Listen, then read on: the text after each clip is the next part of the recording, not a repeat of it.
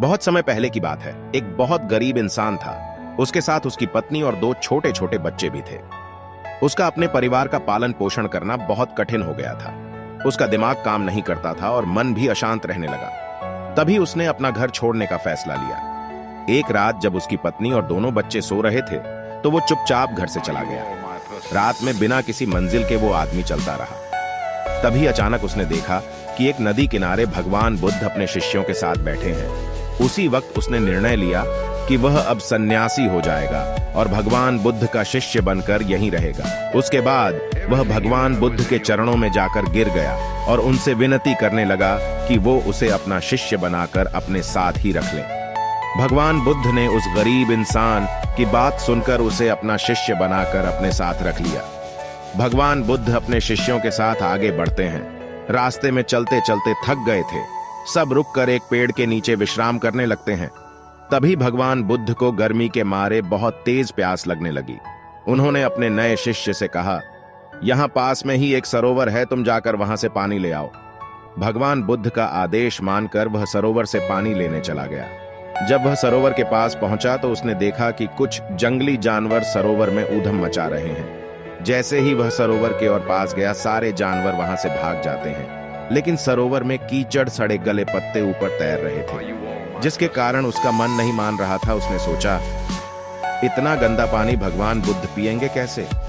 फिर वह बिना पानी लिए वापस लौटता है और आकर बुद्ध से बोलता है, भगवान, उस सरोवर में तो बहुत ज्यादा गंदा पानी है, वो पीने लायक नहीं है। अपने शिष्य की बात सुनकर भगवान बुद्ध थोड़ी देर चुप होकर बोले, जाओ उसी सरोवर से जाकर पानी लेकर आओ। भगवान बुद्ध का आदेश मानकर वह वापस से सरोवर की तरफ चला गया। लेकिन वह मन में यही सोच रहा था कि भगवान बुद्ध इतने गंदे पानी को कैसे पिएंगे।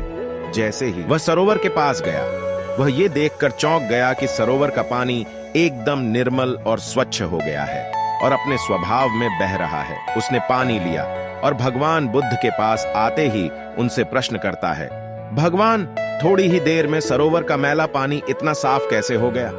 फिर बुद्ध ने उसे समझाते हुए कहा, जब जानवर पानी में ऊधम मचाए हुए थे तब सरोवर का कीचड़ उभर आया था, लेकिन कुछ देर शांत रहने पर कीचड़ फिर से नीचे बैठ गया और पानी पहले जैसे फिर से निर्मल और स्वच्छ हो गया।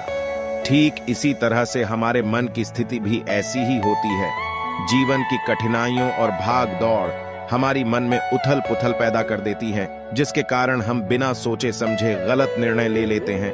लेकिन कोई भी निर्णय लेने से पहले अगर हम अपने चित्त को शांत रखें और धैर्यपूर्वक बैठकर सोचें तो हमारे मन की वो उथल पुथल भी पानी की कीचड़ की तरह नीचे बैठ जाती है और तब हम जो भी निर्णय लेते हैं वो हमेशा सही होता है। इसलिए बुरे समय में इंसान को अपना धीरज नहीं खोना चाहिए। भगवान बुद्ध की यह बातें सुनकर उसका दिमाग खुल जाता है और जब वह शांति से बैठकर सोचता है तो उसे अपनी ही गलती नजर आती है। फिर उसे समझ में आता है कि उसने अपना घर छोड़ने का गलत निर्णय लिया था। फिर वो भगवान बुद्ध के चरण स्पर्श करके उनसे आज्ञा लेकर अपने घर ओर वापस चला जाता है।